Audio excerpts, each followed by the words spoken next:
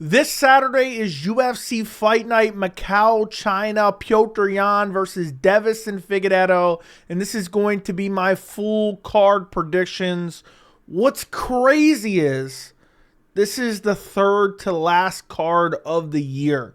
That is absolutely mind-blowing to me. After this, we have UFC 310 in December and UFC Tampa. And then UFC for 2024 is in the books. That is insane. I don't know where the time is going, but this is a pretty decent fight card. A lot of names I'm going to probably butcher because we have the road to the UFC finals going on this card. But overall, the main card is absolutely stacked. Just so you know, right off the jump, before we get into the card, prelims start at 3 a.m. Eastern. Main card starts at 6 a.m. Eastern. I will be live for this fight night card if you care to join me. Let's jump right into it. And by the way, guys, do me a favor. Like the video. Subscribe to the channel. I would greatly appreciate it. If you like prediction videos, make sure you subscribe. Let's jump into it. Let's go down to the very first fight of the night. We have Hayisaer versus Nikolas Motta. Nikolas Motta is... my browser's jumping all around. You got to be kidding me. Nikolas Motta... sometimes he looks good, sometimes he doesn't. He's coming off that win over Tom Nolan. Exposed Tom Nolan there, KO'd him. But before that, he should have been submitted by Trey Ogden. Referee stopped it a little bit too early. He complained. It ended up being a no contest. Before that, got KO'd by Manel Torres. He's not the greatest grappler. He's not the greatest striker. He's decent everywhere. Hayisaer, he's kind of reckless. He does take a lot of damage. I could see him getting KO'd in this fight. He's coming off a win over Gabriel Benitez, which isn't a great win. This is a fight that I genuinely could see going either way. I mean, even before that, got KO'd by Vyacheslav Borshov. Before that, lost to Rafa Garcia in a war. He does have a win over Steve Garcia, which is crazy now that you think about it. Steve Garcia has done quite well since then. I think what this fight comes down to is Hayisaer is a little bit more dynamic. He's a lot more dynamic, actually. He's going to be faster on the feet. Nikolas Motta is just kind of this plodding boxer who doesn't have excellent grappling in his back pocket. And I just see Hayisaer landing the cleaner shots. I see him being the more crisper kickboxer. And I'm just not trusting a guy, who in the UFC just hasn't looked great. I mean, he got KO'd by Jim Miller. Jim Miller made him look like a complete and utter fraud. Before that, right after that, soon after that, got brutally KO'd by Torres. That was a nasty elbow, one of the nastiest elbows I've ever seen. I think Hayisaer is going to have the speed advantage on the feet. I think he has the kickboxing advantage. And I think Hayisaer is not like he's, it's not like he has horrible cardio or anything. Motta can go 3 rounds. Hayisaer can go 3 rounds. I'm going to pick Hayisaer to get it done. I'm going to say second round KO. I think he puts Nikolas Motta away. Next fight on the card. We have Xiaonan versus Quang Li. Or Quang Li, I think is actually how you say it. Not Quang Li. I'm gonna butcher a lot of names. Listen, I thought Long Xiao, or Xiao Long, or however the hell you pronounce his name, I thought he beat Chang Ho Lee, but it wasn't. I didn't think it was a robbery. It was a split decision loss in his last fight. And then on road to the UFC, before that, he didn't look particularly great. He's a decent wrestler. He's gritty on the feet. There's not a whole lot. I don't think he's like a super promising prospect, to be honest. A lot of these road to the UFC guys, I feel like they're just trying to get their foot in the door in certain markets. And they're not that great. I don't think he's horrible. I think Quang Li is better. He came in on short notice. He was supposed to be on road to the UFC, I believe. He came in on short notice against Chris Gutierrez. And he had a very, very competitive fight. He looked good on the feet. He looked good in the grappling. And we're seeing Xiao Long, or Zhang Li, whatever the hell his name is. Xiao Long, I'm mixing up the names right now. Sorry, guys. Sorry, I apologize. But we're seeing him, kind of losing a clinch battle in his last fight against Chang Ho Lee. And I know it was super competitive, and it arguably could have been his fight. But I think Quang Li is a lot better on the feet. I think he's the bigger fighter. I have to see them next to each other, but he looked bigger when I'm watching fight tape back to back. And I think he's just clean on the feet, was landing good leg kicks on Gutierrez, took Gutierrez down, and he went a hard 3 rounds, even was winning the 3rd round a little bit. So I'm going to pick Quang Li to get it done. I'm going to say he wins a decision. I'm going to say he gets a decision win. It's a close fight. But I just think he's cleaner on the feet, and he can mix in the grappling. He's just more of an overall threat. I think he gets it done. I'm going to say like a 29-28 decision. I don't think Xiaolong is that horrible, but I think I'm breaking my rule. I'm elevating Lee off a loss to Chris Gutierrez a little bit, just a little bit. I think he's the better fighter. I think he gets it done. They're both coming off losses. I do kind of like second guess it a little bit because Quang Lee is 33, where Long Zhao is 26 years old. You know, usually I like to pick the younger guy, 7 years youth advantage. But overall, I have to go Quang Lee to get it done. I'm going to say decision win. Next fight on the card, we have, I believe you pronounce it, Lonnie Kavanagh versus Jose Ochoa. This is actually a tough fight to pick. I watched a bit of tape on Jose Ochoa. He's looked decent in his last few fights. He got an anaconda choke in his last fight in LFA. Before that, nasty KO. Before that was dominating this guy Ruiz. And then it almost finished him multiple times and actually accidentally kneed him to the groin and got the finish. They called it a win initially on the broadcast, but then I guess eventually they overturned it due to an illegal knee. But Lonnie Kavanagh, man, looked really, really good on Dana White's Contender Series. Fast hands, knockout power, got a brutal KO with the left hook. And before that, he's fighting decent undefeated guys. 6-0. Before that, 4-0. Before that, 1-0. So he's fighting decent guys. Meanwhile, Jose Ochoa's fighting guys from the Kentucky State Fair. 5-0 in his last fight. Before that, 4-4. Before that, 2-3. Before that, 2-3. Before that, 1-0. So I think Lonnie Kavanagh, I think that, both are undefeated. Both are 7-0. I just think Kavanagh showed more skill.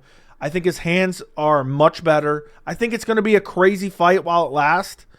But I see Lonnie Kavanagh getting it done. I'm going to pick Lonnie Kavanagh first round KO. I could see him getting clipped, but I think he's better on the feet. Has better kicks. Has fought better opponents. Can mix in the grappling a little bit if he needs to, but he's going to keep it standing. I'm picking Lonnie Kavanagh to get it done via first round KO. Next fight on the card. Oh my God, I'm going to butcher this name bad. All right. We have Nayem Jargal Tumendemberel versus Carlos Hernandez. What a name this is, boys. What a name this is. And let me fix this a little bit. I'm running a fly-by-night prediction video right now. This is a tough fight to pick. I'm going to be honest. I feel like Carlos Hernandez may make him look like a fraud. I think he may make him look like a fraud. He didn't look that good on road to the UFC. His last fight, he got a submission. He got a rear naked choke. Looked okay. Fight before that, split decision in a fight that I thought he lost. And he just didn't look that great. He came out the gates, blazing, landed a nasty, I think it was a right hand, wrecked him. I just finished watching that not that long ago. And, then he kind of gassed out a little bit and got out grappled a bit. And I thought he lost that fight. And he was even shocked that he got the decision. And I think Carlos Hernandez, while he's lost 3 out of his last 4 of the opponents, Ray Saruya, who's a very decent fighter, I think he's better than Tumendemberel. Before that, lost to Tatsuro Taira. No shame in that. Before that, beat Dennis Bondar. Brutally KO'd him, but they ruled it a head clash, so it ended up being a technical decision. Before that, Alan Nascimento lost. Alan Nascimento is really, really good. Has nasty jiu-jitsu, subbed him. Before that, win over Victor Altamirano. Carlos Hernandez doesn't have the worst grappling, and I think he has the superior striking. I want to pick Tumendemberel. I got to sound it out every time I read it. Okay? I feel like I have, I feel like I have a reading disability right now. You know what? I'm just going to pick Carlos Hernandez. That was what my gut was telling me. I know he's lost 3 out of his last 4, but he's fought way better opposition. And, I don't think Tumendemberel is all that good. I don't think he's going to be able to hold Carlos Hernandez down. Saruya had trouble holding him down in his last fight. So I'm going to go Carlos Hernandez to get it done. Does he get him out of there? I don't think so. I think it'll be competitive on the feet. Tumendemberel is good early, particularly, and has good striking, but he's primarily going to want to grapple in this fight. Carlos Hernandez kind of has a weakness in his grappling deficiencies. But I think Hernandez is good enough. He's going to be preparing. That's the big hole in his game. There's no doubt he's training wrestling nonstop. I'm going to pick Carlos Hernandez to get it done via decision. Could see him stopping him on the feet as well. I could see it happen. Dennis Bondar came out there, tried to grapple him the entire time. Eventually stopped him. I know it's technical decision, but still eventually stopped him. So I'm going to go Carlos Hernandez to get it done via decision. Next fight on the card, we have, and it doesn't even let me click on it, so I'm just going to hold it there for you. We have Ming, I think is Xiaocan Feng. I'm just going to call her Xiaocan. Listen, Ming looked like garbage. I was watching her last fight, literally garbage. She arguably lost. She didn't look good anywhere. I mean, this looked like mediocre at its finest. And Xiaocan looked well-rounded. I don't want to say she looked elite by any means. I mean, the UFC barrier of entry is getting lower and lower by the minute. But I think I watched her fights back-to-back. And watching them back-to-back, I was like, okay, this is an easy pick. I didn't even watch a lot of tape. I think I only watched 2 fights for each, if I'm not mistaken. I don't think either one looked particularly great. But Xiaocan got a KO in one of her fights. Took her down, beat her up, ground and pound TKO. The other fight, out-grappled her, outstruck her, won a unanimous decision. And Ming literally split decision in a fight where she looked like garbage. So I think Xiaocan can beat her anywhere. I think she will beat her. I'm going to pick Xiaocan Feng. I'm going to pick her to win via decision. It's women's MMA, most likely decision. Could see her getting a ground and pound TKO. I could see her getting it done that way as well. But I'm going to pick her via decision just because it's women's MMA. Next fight on the card. This one doesn't let me click on it either, apparently.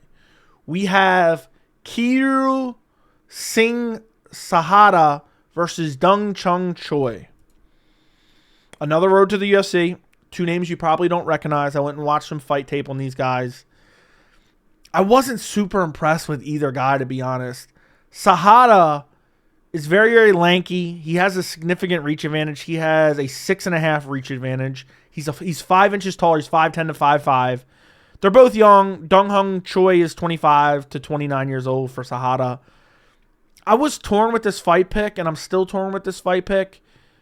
But listen, Chung Choi, I thought he could have lost his last fight. He got clipped up early, was bleeding badly from his nose and mouth. Grappling didn't look particularly great. And Kiru Sahota, I thought he looked pretty good everywhere. I thought his striking looked pretty good. He had really good grappling. At one point, he almost snatched up an armbar. I lean Sahota. I'm going to pick Sahota to get it done. Does he stop him? I don't know. Apparently, everyone on Tapology is picking Choi, which I don't ever look at that until I've already kind of made my pick, but I just kind of wanted to creep on it. 84% is picking Choi. I don't know why. I guess because he's 8-0. His last 2 fights were split decisions. He didn't look that great in either one of them. I'm going to pick Kiru Sahota. I'm going to say he wins via decision. I could just see him, unless he just gets completely out-grappled and controlled on the ground, I see him winning. I think he's probably the better striker. It's hard to say for sure with the limited amount of footage I've seen. And when he is taken down, he has the ability to get up, and he also has a threat off his back with his submission game. So I'm going to pick Sahota to get it done via decision. Next fight on the card. Oh, my goodness. It lets me click on this one. Talk about a fly-by-night prediction video right now. All right, let me go check out this guy's name. We have Balgan Jela versus Sung Yu. I had to go type that up, the pronunciation. Because what's weird is on Tapology, this dude's name is spelled different. Anyway, who am I going to go with in this fight? A lot of these fights are very tough, especially when you haven't witnessed their whole careers. You've seen just a couple fights on UFC Fight Pass. Listen, Sung Yu had some decent grappling, and Jela got out-grappled a bit in his last fight. And I know that doesn't sound like great analysis, but what I saw in Jela last fight against Nakanisha didn't even look as good of a grappler as Sung Yu. And I could see Sung Yu getting a lot of control time in this fight, taking him down, taking his back, controlling him, beating him up, has decent striking. I think Jela is definitely the superior striker, but not by that much. They're both 28 years old. Height and reach advantage for Jela I think he's definitely going to have the striking advantage. 5.5-inch reach advantage for Jela It's basically striker versus grappler matchup, in my opinion. And I think Sung Yu gets it done with the grappling. I'm pausing to think about this because I just like crammed in a bunch of tape study on these fighters that I don't know that well. But yeah, I think this is a toss-up fight. I'm going to go Sung Young Yu to get it done. I'm going to say decision. He gets it done via decision. Next fight on the card. The main card. And the main card is absolutely amazing in my opinion. We got Zhang Mingyang versus Ozzy Diaz. This is a great fight. This could go either way. Genuinely, Ozzy Diaz is a guy that got KO'd by Joe Pyfer. Had a competitive fight up until he got clipped and KO'd by Joe Pyfer. Joe Pyfer. Ozzy Diaz is the guy that kind of created that meme. In a way, on Dana White's Contender Series. Since then, 2 big wins in LFA. Beat Chuck Campbell, beat Bavon Lewis. Not great wins by any means, but enough to earn your way back into the UFC. Mingyang Zhang is coming off that brutal KO against Brenson Ribeiro. He got clipped up a little bit in that fight. I actually picked against him in that fight, if I'm not mistaken. Before that, beat Tokos on road to the UFC. This guy's a finisher, man. 17 fights, 17 finishes. Mainly KOs, but I think he has like 6 submissions. I'm not looking at it right now. But, man, Ozzy Diaz is kind of a scrapper. He has decent hands. He could definitely get the finish. He's not 0-1. This is completely off. UFC needs to update their website. And let me actually adjust this a little bit here. I don't know why their website is so garbage sometimes, especially for these cards. They don't update them. But Ozzy Diaz could win this fight. I'm just not picking him to get it done. I think he's a little bit more stuck in the mud, sluggish compared to Zhang Mingyang. Mingyang has nasty power. He's lightning fast. He's huge. I mean, that's a bit of an exaggeration, but he's actually pretty big for light heavyweight. And I think Ozzy Diaz is kind of like a little bit like in between. I think, was his last fight at middleweight? Let me actually check. I can't even check that right now. He's fought at middleweight before, for sure. But, yeah, I think the fight against Joe Pyfer was at middleweight. So he's coming up to light heavyweight. I think he's going to be the smaller guy. I think Mingyang has the bigger power in this fight. And I'm going to pick Zhang Mingyang to get it done. I'm going to say first round KO. I just think he's better, man, on the feet. Ozzy Diaz is going to get clipped up. He's kind of stuck in the mud a little bit. That's a bit of an exaggeration, oversimplification of this fight. But this is a great fight. I think it could go either way. I think Ozzy Diaz could shock everyone. I'm sure everyone's going to pick Mingyang. Let me actually look. 94% is picking Mingyang on Tapology. I'm going Zhang Mingyang via brutal first round KO. Next fight on the card. Man, this is a banger right here. Volkan Oezdemir versus Carlos Ulberg. Look, for a long, long time, I was saying Volkan Oezdemir is criminally underrated. I think he's about rated right now by the fans. But, man, Carlos Ulberg has looked better in every single fight. He's 10-1. He's coming off a brutal KO win against Alonzo Menefield. Before that, submitted Dongwon Jung. A little bit more competitive than it should have been in that fight. Got clipped up a little bit by Dongwon Jung. Before that, KO'd Ihor Potieria. Before that, kind of that... No. The ugly fight was the one against Tafan and Chukwi, I believe. Or maybe it was the fight before that, actually. I think it was, which I can't even see right now. This is his toughest test of his career. And he was supposed to fight Jamal Hill at UFC 303. That got canceled. He's fighting Volkan Oezdemir, who's the guy who fought for a title before. People don't realize that. He fought DC for the title back in the day. Who's coming off a KO win over Johnny Walker, but everyone KOs him. Submitted Bogdan Guskov. Lost to Nikita Krylov. Beat Paul Craig. Lost to Magomed Ankalaev. This is a tough test for Carlos Ulberg, but ultimately, I think Ulberg gets it done. I think he's the younger fighter. He's the more rangier fighter. I mean, he only has a 2-inch reach advantage, 2-inch height advantage, and he's not even that much younger, honestly. I thought he was younger than that. He's only a year younger. But in terms of MMA, he's way younger. I mean, the MMA years on Oezdemir, he's 20-7. He has 27 fights. Ulberg has 11 fights and barely has taken any damage in any of those fights. I think Ulberg, this is kind of his moment to become a legitimate light heavyweight contender. And I think he probably sleeps Oezdemir. Ozdemir's hard to get out of there, man. I mean, he hasn't even been finished in his last... Ankalaev couldn't finish him. Krylov couldn't finish him. I don't remember the last time Oezdemir got finished. I know he has been, but I just don't have it in front of me right now. I can't remember. But I think Carlos Ulberg gets this done.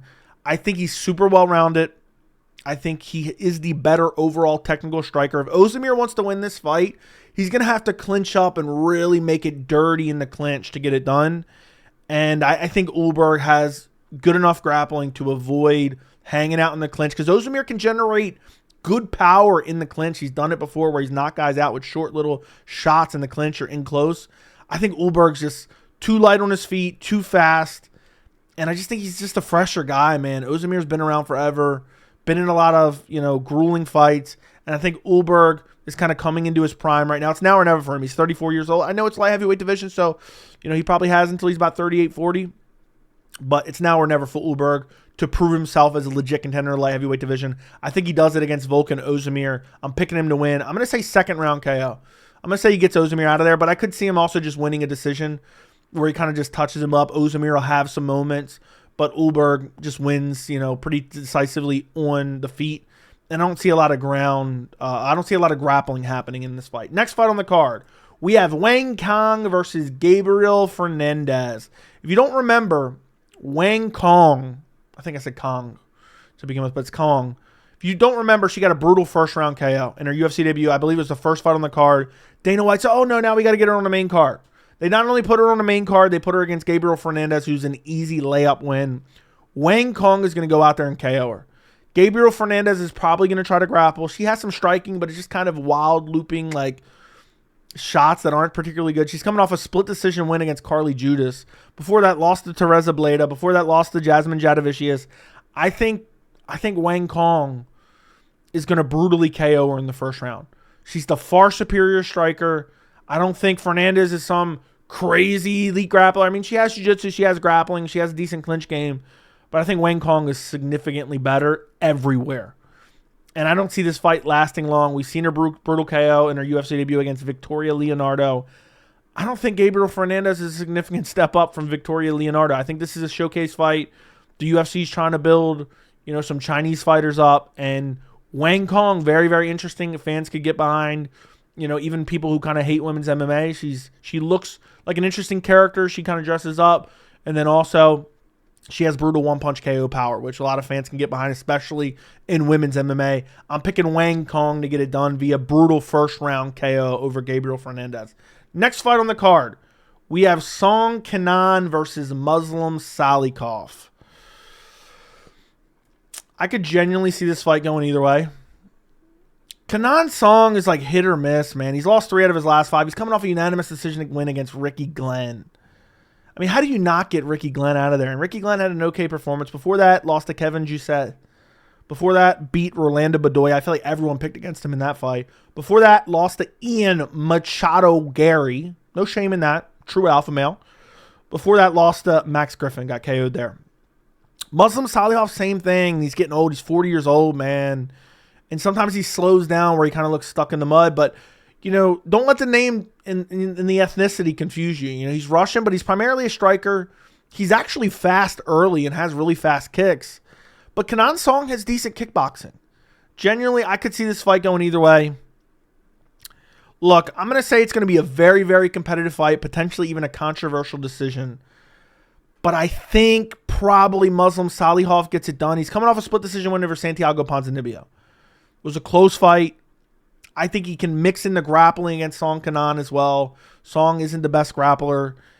And, I think he's going to be good early on the feet. He is getting old. He is getting a little stuck in the mud. His head movement isn't great. Ponzinibbio landed on him quite a bit. But I'm going to pick Muslim Salikhov to get it done. I think he goes out there, just puts on a decently well-rounded performance. Maybe even drops the third round because his gas tank isn't the best, especially at 40 years old. His movement isn't great either. I could see Kenan kickboxing and landing some good shots. I think it's going to be a controversial win, but I think Muslim Salikhov, I'm going to say 29-28 split decision win for Muslim Salikhov. Next fight on the card, I believe it's a co-main event. Yan Xiaonan versus Tabitha Ricci. I'm going to be honest, I think this is an easy pick. I mean, how can you pick Tabitha Ricci in this fight? She has decent grappling. I thought she lost to Angela Hill in her last fight. Before that, hold on, was it the Angela Hill fight? I think I thought she lost to Angela Hill. I'm not sure. But maybe it was the Tisha Pennington fight I thought she lost. That was a split decision. She lost to Lupi Godinez split decision. That was a close fight. Look, it's grappler versus striker here. Yan Xiaonan coming off a loss against Weili Zhang. No shame in that. Got out grappled. Had some moments in that fight. Brutally KO'd Jessica Andrade on the feet.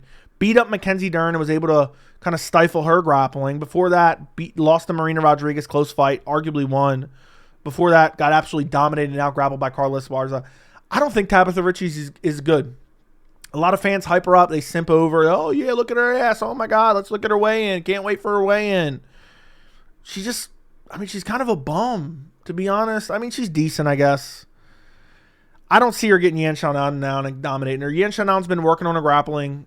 She got out-grappled by Weili Zhang, but Weili Zhang is a different animal. When is Weili Zhang fighting? It seems like she's been out forever. When was that fight? It was 7 months ago. But yeah, I don't see Tabitha Ritchie getting Yan Xiaonan down. And if she wants to win this fight, she has to get her down. Her striking isn't good enough. Yan Xiaonan is going to light her up on the feet badly. I'm going to pick Yan Xiaonan to get it done via TKO. I think she puts her away. I don't think Tabitha Ritchie's that good on the feet. I think Yan Xiaonan's going to clip her up. Has good power. One of the few women's MMA fighters that has power. I mean, brutally KO'd Jessica Andrade. That's a great win on her resume.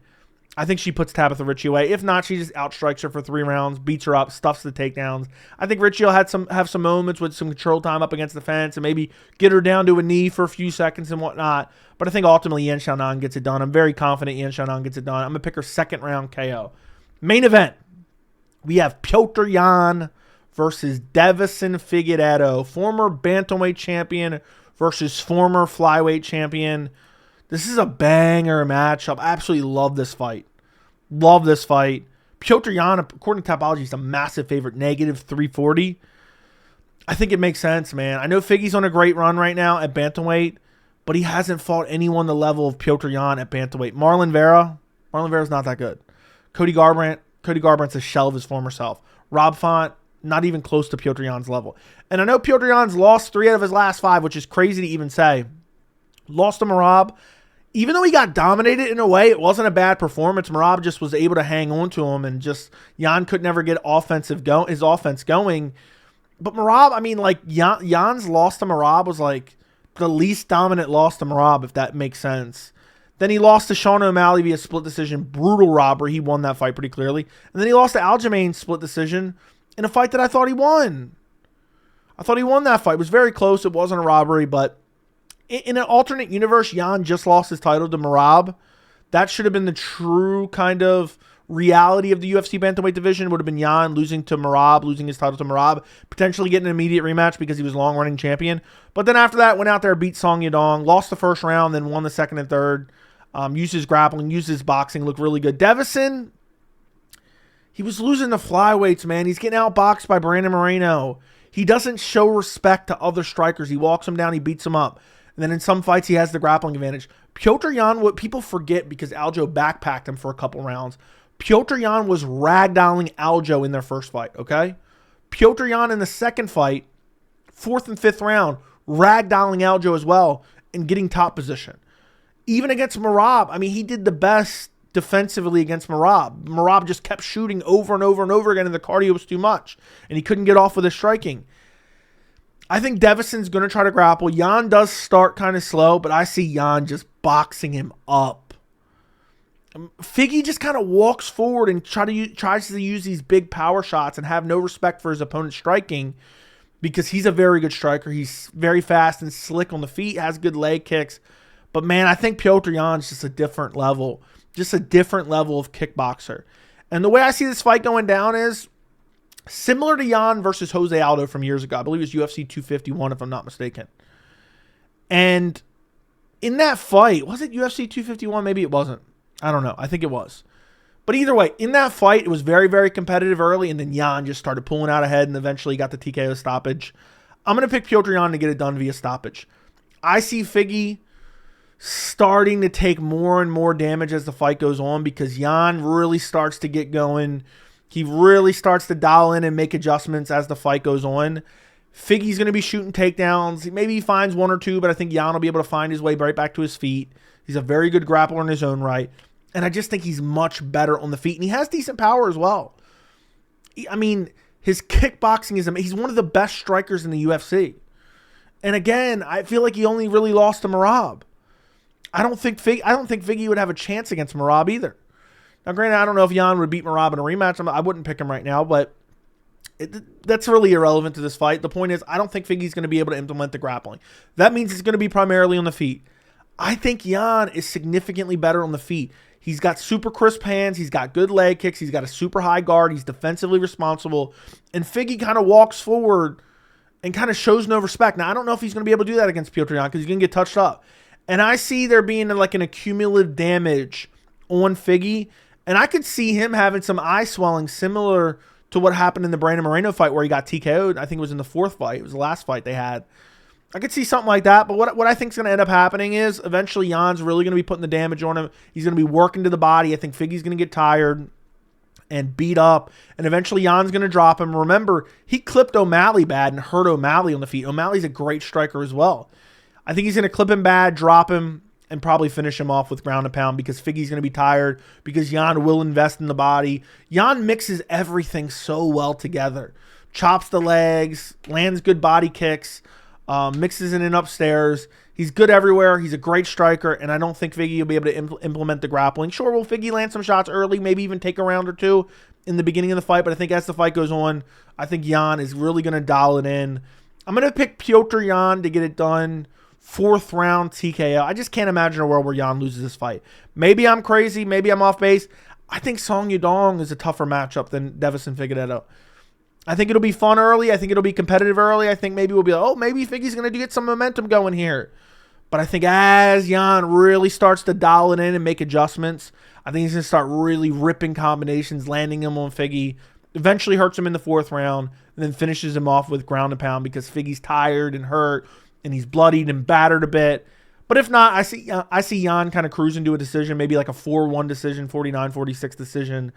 But I think Jan probably gets him out of there in the 4th or 5th round. I'm picking Petr Yan, the former bantamweight champion, to get it done over Deiveson Figueiredo. Can't wait. I mean, this main card is really incredible. The prelims aren't great. A lot of road to the UFC guys, a lot of new names and faces. But I'm really looking forward to this main card. Starts at 6 a.m. Eastern time. Remember that. Like the video, subscribe to the channel. Let me know who you're picking in the main event. See you guys in the next video.